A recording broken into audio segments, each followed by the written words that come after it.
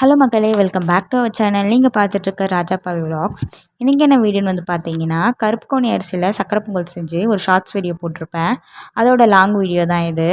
காலையிலே பார்த்தீங்கன்னா ஒரு டம்ளர் அளவு கருப்பு கவுனி அரிசி பார்த்தீங்கன்னா எடுத்து ஊற வச்சுட்டேன். ஏன்னா இது பார்த்தீங்கன்னா 10லேருந்து 12 மணி நேரம் வரைக்கும் நல்லா ஊறணும். இந்த அரிசி பார்த்தீங்கன்னா கொஞ்சம் ஹார்டாக இருக்கும். ஸோ அதனால் நல்லா ஊற வச்சு வேக வைக்கணும். இப்போ பார்த்தீங்கன்னா ஈவினிங் போல் பார்த்தீங்கன்னா அரிசி வேக வைக்க ஆரம்பிச்சிருக்கேன். இதுக்கு பார்த்தீங்கன்னா நான் 1/4 டம்ளர் அளவு பாசிப்பருப்பு ஆட் பண்ணியிருக்கேன். மோஸ்ட்லி பார்த்தீங்கன்னா ஆட் பண்ண மாட்டாங்க. உங்களுக்கு வேணும்னா டேஸ்ட்காக ஆட் பண்ணிக்கலாம்.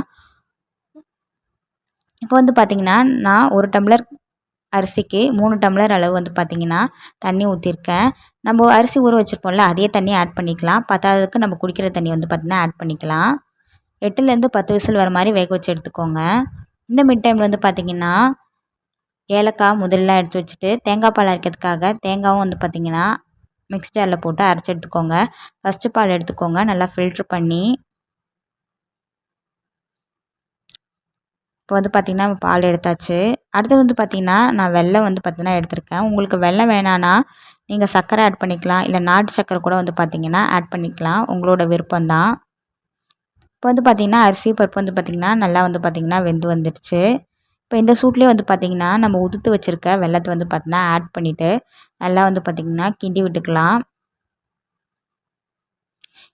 இப்போ அடுப்பில் பார்த்தீங்கன்னா ரொம்ப ஸ்லோ ஃப்ளேமில் வச்சுட்டு நல்லா பார்த்தீங்கன்னா கிண்டிக்கிட்டே இருக்கணும். அந்த வெல்லம்லாம் பார்த்தீங்கன்னா கரைஞ்சி வர அளவு.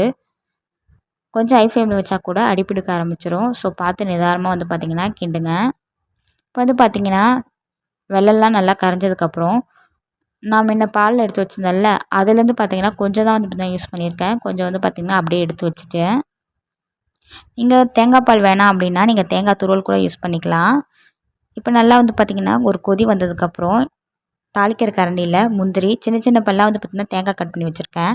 அதை தேங்காய் முந்திரியெல்லாம் பார்த்தீங்கன்னா நல்லா பொன்முருவெல்லாம் வந்ததுக்கப்புறம் நம்ம சக்கரை பொங்கலில் கொட்டிட்டா சூப்பரான கருப்பு கவுனி அரிசி சக்கரை பொங்கல் பார்த்திங்கன்னா ரெடி ஆகிடும். இது உடம்புக்கு பார்த்திங்கன்னா ரொம்ப ரொம்ப நல்லது. குழந்தைங்கள்லேருந்து பெரியவங்க வரைக்கும் பார்த்திங்கன்னா சாப்பிட்லாம்.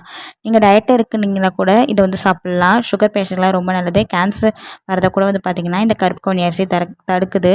இந்த வீடியோ பிடிச்சிருக்குன்னு நினைக்கிறேன். வேறு ஒரு வீடியோவில் மீட் பண்ணுறேன். பாய்.